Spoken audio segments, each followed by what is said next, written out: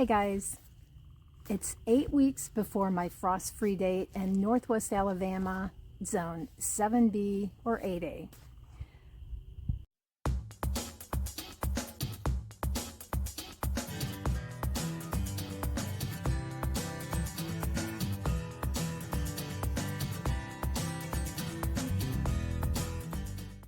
So last night off camera, I potted up 15 jugs of perennials, mainly perennials, to come out into the garden.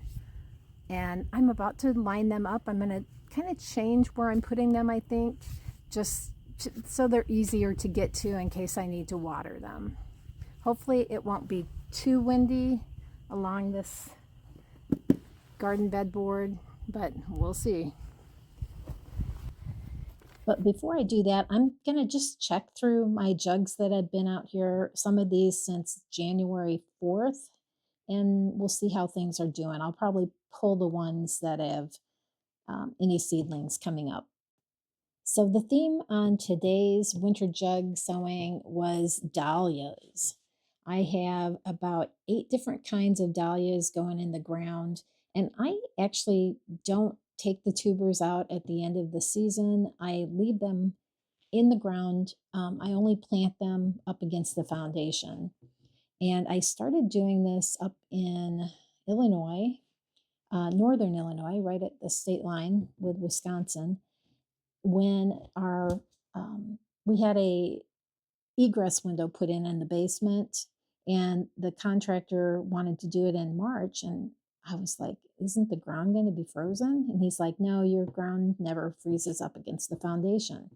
So hey, live and learn. So I no longer go through the trouble of digging up the dahlias, and honestly I just grow the common varieties from seed.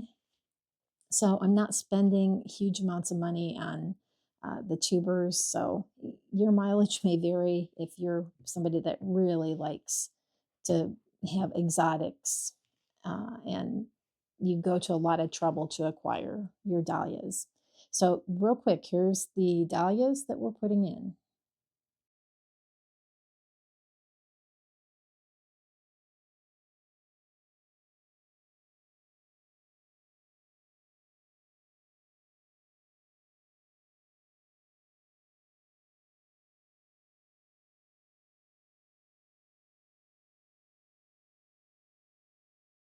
Then I've got a small group of 4 more perennials. On Valentine's Day, we went to our local garden center and bought a new tree.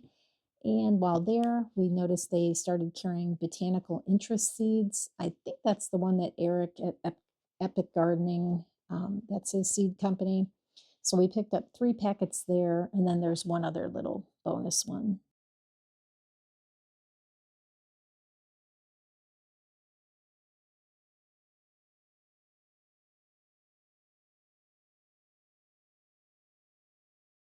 And then the rest, a few annuals.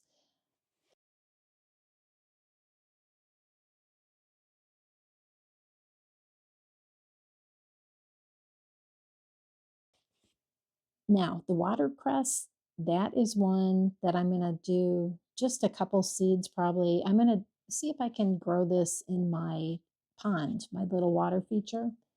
And the others, onions, obviously, and then straw flowers just for bouquets. And I may try to dry some. I always wonder what the neighbors are going to think if they see me out in the garden picking up milk jugs and it looks like I'm smelling them.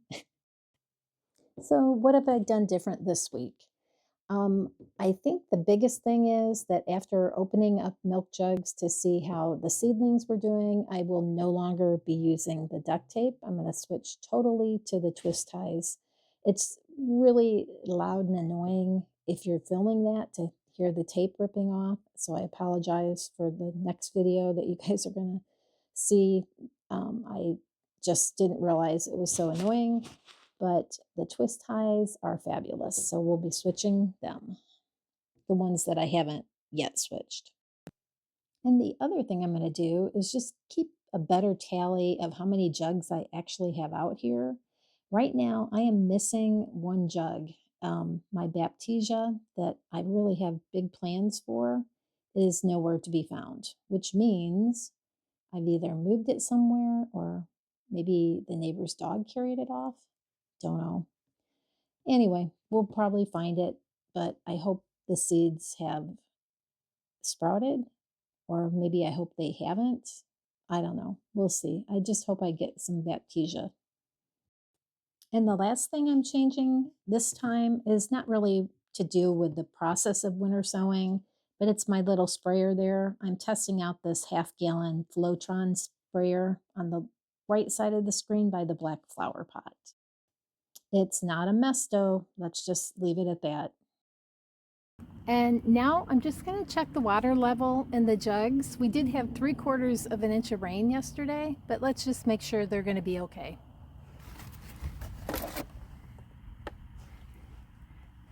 There's no condensation on this jug, but it's just getting into the morning sun.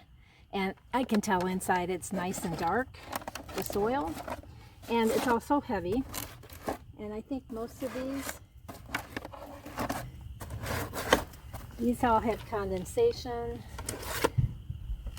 This one doesn't. Let's give him a squirt. Oh, but look at, he's got probably enough, but I don't think it'll hurt.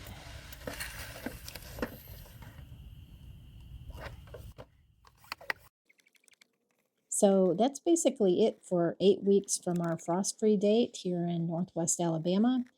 And the next video will show you what we've actually got coming up in the jug so far. And if you want to stay tuned for a little bit more information in this video, I am working on my berries.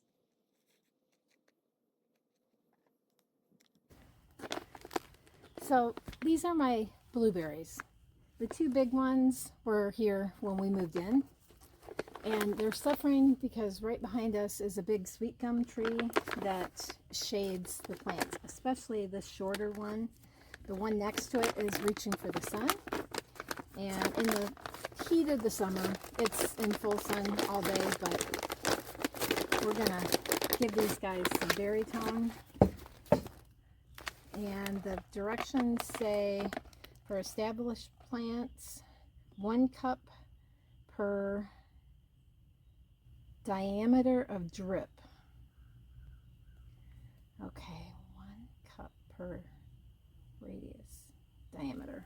Okay, so let me get up and judge this.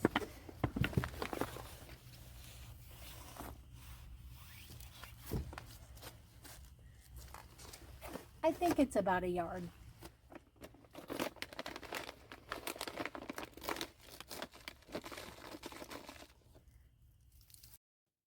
And I really don't have any idea what kind of blueberries these are. This particular, the small bush, is I guess, a grafted plant. It's was supposed to be a mix of blueberries and blackberries. I found the tag in the garden when I was weeding it the first year. It's never produced blackberries, so I guess that part of the graft probably died off. But the blueberries are delicious. They're just a little small, and I think it's because of the sun issue. But how wonderful to have fresh blueberries in the middle of February. In fact, I've got enough to make a blueberry pie.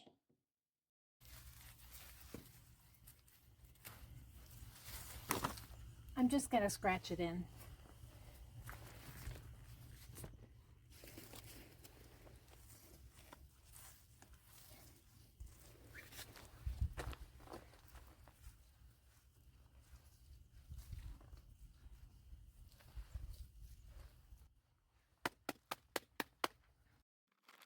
And we've got rain in the forecast, so I'm not even going to bother to water these. We ended up getting about 3/4 of an inch of rain. And I've put in 3 additional blueberries since we moved in, and they're pretty small. 2 of them are really tiny. They were root-bound kind of clearance plants that I'm kind of regenerating, and the other one you'll see me do at the end here. These guys are so small that I'm using tomato cages to kind of show where they're at. And on this one, I'm putting a tomato cage close by so I can kind of train the plant the direction I want it to go.